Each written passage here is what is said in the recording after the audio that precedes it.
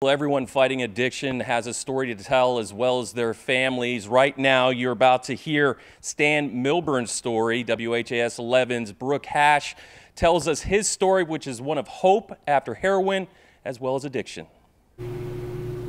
Stan Milburn scrolls through hundreds of photos on his phone. None you want to see. Turning back to years he wishes he could erase. When you wake up in the morning, that's the only thing that's on your mind.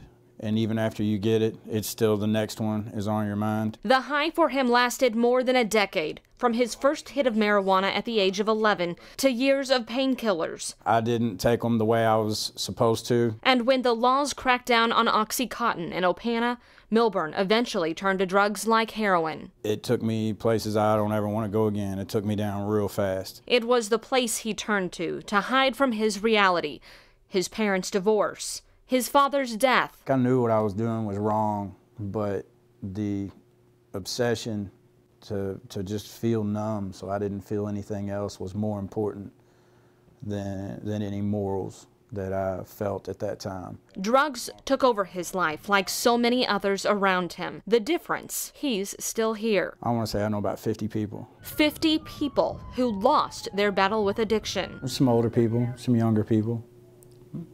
Probably the youngest was 22. He had a 1-year-old son. Why did I not die, and why did he? What was the difference? I had the opportunity to help him, and I did everything I could, and I know that at the end of the day, it was his choice. It's a sobering number for any one person to cope with, but it's the reality every day for so many people, and you don't have to look far to see it. From your local paper to People magazine, faces of the opioid epidemic, a fraction of lives lost just this year. In Jefferson County, Kentucky, overdose deaths are on the rise. This year's total is expected to surpass last year's 364, with the current number of deaths at 316. The youngest victim, a baby. The numbers pick back up at 17 and continue into the late 80s. This map shows the sampling of where they lived, across every zip code in the county, from PRP to Shively, Hazelwood, Okolona. The numbers continue throughout Middletown and J-Town. Even if you don't see yours, it does not mean your neighborhood is immune. For the first time in the history of our country, life expectancy is actually declining, and it's 100% attributable to the drug epidemic. Matt Boyle is the owner of Landmark Recovery in Louisville. Like many centers in town, the demand for help is so high, addicts are put on a waiting list. Well over 50% of our patients are heroin addicts. And at many treatment centers, it's even higher than that. For those who turn for help, Boyle says it can take 10 to 20 relapses before someone reaches sobriety. Heroin, fentanyl, and THC rank among the highest in drug overdoses, and when combined, they're even more lethal. Our first responders answering more calls than ever. Equipped with Narcan, they save lives over and over again.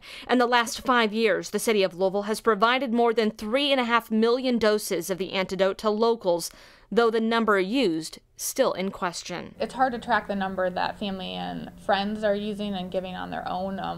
We record the number of Narcan doses we give out to the community, but we don't have a way to track if someone uses it and then doesn't call 911. The city's health department continues its efforts to curb the epidemic with free naloxone kits and training sessions and a needle exchange program used by more than 11,000 people.